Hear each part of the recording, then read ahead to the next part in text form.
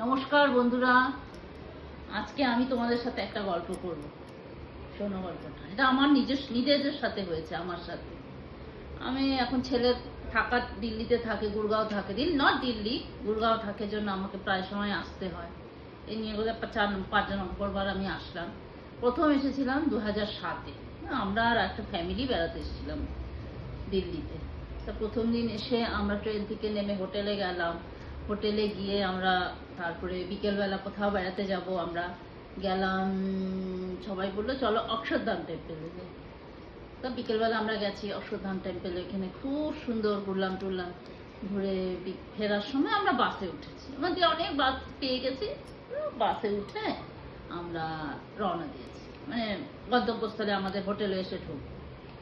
বাসে আসার সময় কতগুলো লোক আমাদেরকে মানে ঘেরে ধরলো। কোন জায়গার মানুষ, কোন ভাষা আমি সেসব বলছি না, ধরলো ধরে বলছে ওদেরকে, ছেলেদেরকে মানে বড়দেরকে বলছে, হাজবেন্ডদেরকে।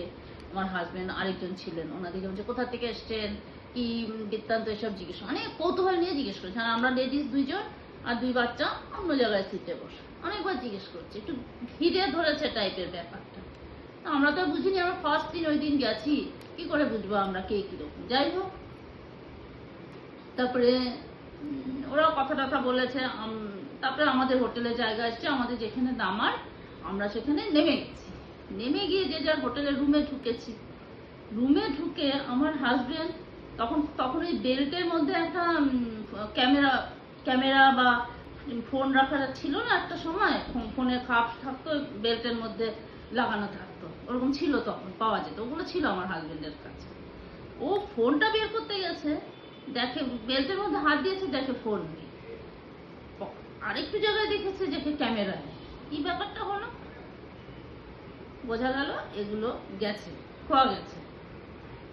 সবচেয়ে দুঃখের ব্যাপার হলো ওই ফোনটার মধ্যে দিল্লির আমাদের যত আত্মীয় স্বজন সবার ফোন নাম্বার ছিল। তো মোবাইল শুরু হয়ে গেছে, আর ডায়েরি ফাইরিতে তো কেউ লেখে না, আজকাল ফোনে ছিল।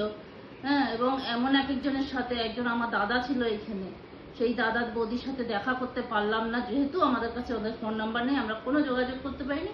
আলটিমেটলি সেই ভদ্রলোক মারা গেছে, সেই দাদার সাথে আমাদের আর কোনোদিনও দেখা হলো না। এটা আমাদের কাছে একটা কষ্ট রয়ে গেল। এখন সেই বৌদিও গুড়গাঁওতে থাকে, আমাদের সাথে খুব ভালো রিলেশন। সেই হোক, সেটা একটা ব্যাপার। আমি বুঝলাম তখন যারা আমাদেরকে ঘেরাও করে রেখেছিল তারাই ওই 3জন ঘেরাও করে রেখেছে, একজন পিক প্যাকেট করেছে বাসের মধ্যে, হ্যান্ড ওভার করতে করতে করতে গেছে। সেটা আমাদের কাছে একটা দিল্লির তিক্ত অভিজ্ঞতা, এটা বলছি। আচ্ছা, আর সেকেন্ডটা হচ্ছে এই 2024-এ আমরা এক বৌদির বাসায় আমি যাব, এখানে ইয়েতে যাচ্ছি, লাঞ্চের নিমন্ত্রণ।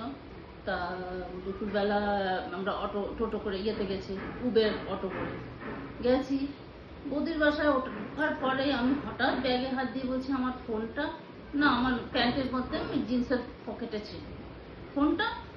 মানে তার 2 দিন আগে আমার ফোনটা কেনা, একদম ভালো ফোন, নতুন ফোনটা নেই নেই নেই, ফোন নেই।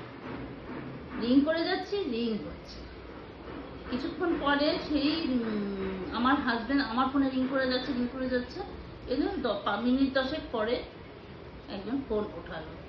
কারণ হাজবেন্ড বললো যে এরকম আমার মিসেস ফোনটা ফেলে গেছে, এটা তুমি কোথায় আছো? বলছি স্যার আমি অমুক জায়গায় আছি, আপনি আপনার বাড়ির লোকেশন বলুন, আমি আপনার ফোন গিয়ে ঠিক পৌঁছে দিয়ে আসবো, আপনি চিন্তা করবেন। আমরা ঠিকই 10 মিনিটের মধ্যে সেই ভদ্রলোক বলবো আমার কাছে, উনি সত্যি, উনি নতুন ফোন না দিলেই বা কি হতো, গুড়গাঁওর মতো জায়গাতে। হ্যাঁ, উনি বাড়িতে এসে ফোন দিয়ে গেল। তারপরে তো আমরা যা ইয়ে করার ওনাকে যেটা বলার, মানে যেইটা আমাকে রিমুনারেশন দেওয়ার দরকার, উনি নিতে চায়নি। না, বাচ্চাদের জন্য মিষ্টি কিনে খাওয়াবেন বলে দিয়ে দিন।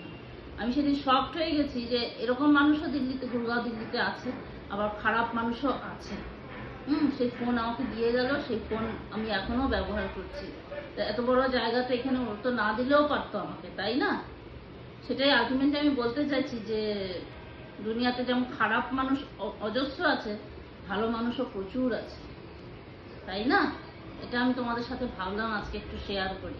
ইচ্ছা করলো যে 2 রকমের অভিজ্ঞতা আমাদের হয়েছে। প্রথম অভিজ্ঞতাটা সাংঘাতিক খারাপ ছিল, খুব খারাপ হয়েছিল, কিন্তু তারপরে যতবার এসছি দিল্লি গুরগাঁও থেকে ভালো ইয়ে নিয়েই যাচ্ছি, টাচউড এখন অবধি। ঠিক আছে, কেমন লাগলো তোমাদের এটা? তোমাদেরও যা যা অভিজ্ঞতা আছে আমাকে একটু বলো, মেসেজ করে, আমারও ভালো লাগবে শুনে। সেই ভদ্রলোক, সেই অটোওয়ালা যেন ভালো থাকে, ভগবান ওনার মঙ্গল করুক, এটাই বলি।